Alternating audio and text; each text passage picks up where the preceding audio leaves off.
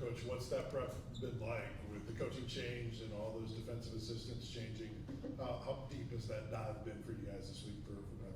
Yeah, it's been super deep. You can never write anything off, right? You got a bunch of guys that are doing it for the first time now this season. It kind of has a feel of like the first game of the year where you have what they've done, what you think they'll do, but you also have to be prepared for really anything because they've had 2 weeks as well. They had the bye, so they can get whatever they want installed and ready to go. So we just, early in the ball game, got to call sound football plays that you're not getting too super specific with and just let your guys go play really fast. Adam and Patrick. If I got the years right, you and Coach Hype know Chris Wilson back from Oklahoma. Yes. Is that right? What do you know of him from back then? Yeah, really good coach. Was the defensive line coach when I was there. High energy guy, a guy that'll definitely get his guys ready to play. Understands the fits, understands how the whole thing hangs together. So he's a high level coach. He's done it at the highest level in the NFL. So nothing but respect for Coach Wilson. And obviously, some of these guys have been in the UFL, XFL, USFL the last few years. Coach Hype said everything matters. Is looking at UFL film the same as looking at college football film or NFL, just in terms of trying to get an idea? Yeah. Watching film, is it just watching film? Yeah, it is. You're just trying to find out, like, all right, what does he tick with? Like, how does he play it? How does he like to call these situations? It's less about the exact plays that he's calling and more about, like, why is he doing this? You're just trying to figure out the guy because you don't have 5-6 weeks of tape like you do on most guys by this point of the year. So you got to watch everything. You got to make yourself try to understand why he's doing what he's doing because – here, UFL, different than college, like how does he see his personnel? All that stuff is just kind of up in the air. So you can't get an exact picture of this is what exactly I think is coming, but you just got to get an idea for what you think is coming and then let your guys adapt. And like I said at the front end, let them play fast. You can't hamstring your guys trying to prepare them for 9 different defenses, and now we're playing slow. That's the trap that you can't fall in. So that's been the message to our guys. Whatever it comes out and looks like, play really fast and compete at a high level. Joey, you guys are averaging, I think, over 50 points a game, so I imagine the list of things that you need to improve can't be too long. What are some things that coming out of the open date you guys have been sort of emphasizing as areas you can still get better? Yeah, we've done a good job, but we've also got a lot to improve on. There's just a lot on the field that we're leaving in every ball game. We come off and we have our unit meeting on Mondays, and the feel is the same for our offensive unit. It's, man, we left a lot out there. There's a lot more that we can do. The last ball game, we left a lot in the tight zone. Had a chance to score some points early in that ball game and maybe change the way it played out on the back end. We didn't. It was good to see the guys fight through that. But finishing drives and taking advantages of the plays that are there, not minimizing opportunities. You're playing good football teams every week in this conference. If you're taking points off the board yourself, you're helping the defense out. These guys are too good. You don't need to help them. Austin and Rob. The ability to go with tempo obviously puts stress on the defense from a communication standpoint. But when the defense is brand new in the middle of the year, does that make the tempo even more important this week to really kind of get those defensive players for Arkansas really have to rely on communication even more?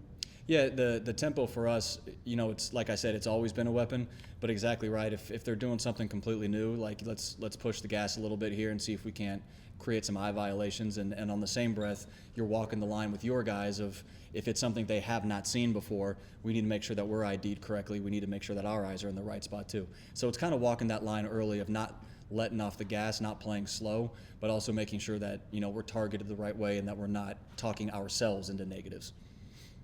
Coach, you obviously have had a lot of guys hit and step up in the passing game. In particular, Braylon in that slot position, how key is his development there for what you guys have been able to do? Yeah, Braylon's been huge for us. He was a guy that we felt, all offseason when the question was, how are you going to replace the production that left the building?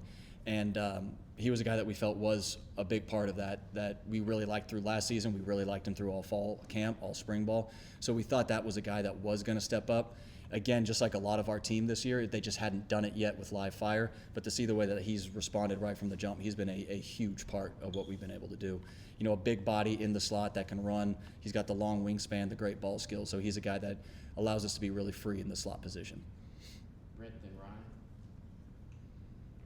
With all the experience that Joey Aguilar has previously and when he's done 5 games here, how comfortable are you with this offense's ability to adjust on the fly to whatever you've seen? I know you talked about not slowing them down, but there's some obvious adjustment that'll have to take place. How comfortable is Joey at adjusting to everything? Yeah, he's really comfortable with it.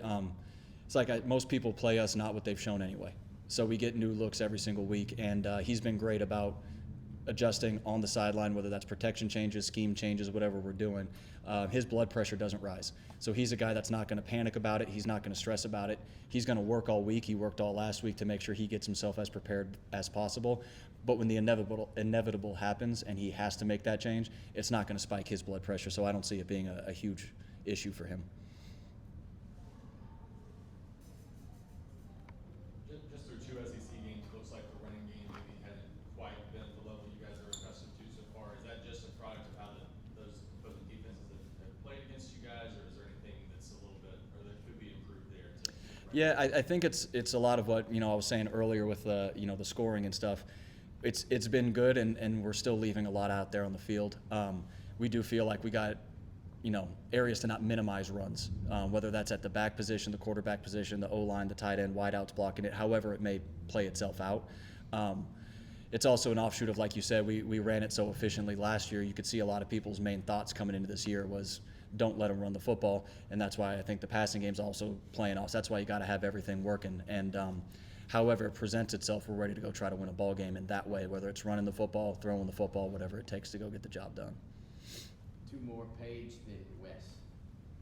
Joey Aguilar mentioned that he was kind of like a perfectionist, always hungry to improve. A couple of the areas he mentioned was getting his feet right so that maybe some of his balls weren't too high. How much have you seen him work on that during the bye week? Yeah, it's been a big thing. It's not like you're going back to spring ball in a bye week, but you can take a little bit off the scheme and focus on all right, let's get our mechanics in, where as you're going through a game week, you got to get all the reps just worried about the scheme, where are we going with the football, where's our eye discipline. So for him, it was all right, let's make sure that we're getting our body in the right position. He's exactly right, getting his throws out to his right. That's what we've talked about since the beginning, since he first got here. He's really refocused that. He's had a great couple weeks of practice, so I'm excited to watch him take the field on Saturday.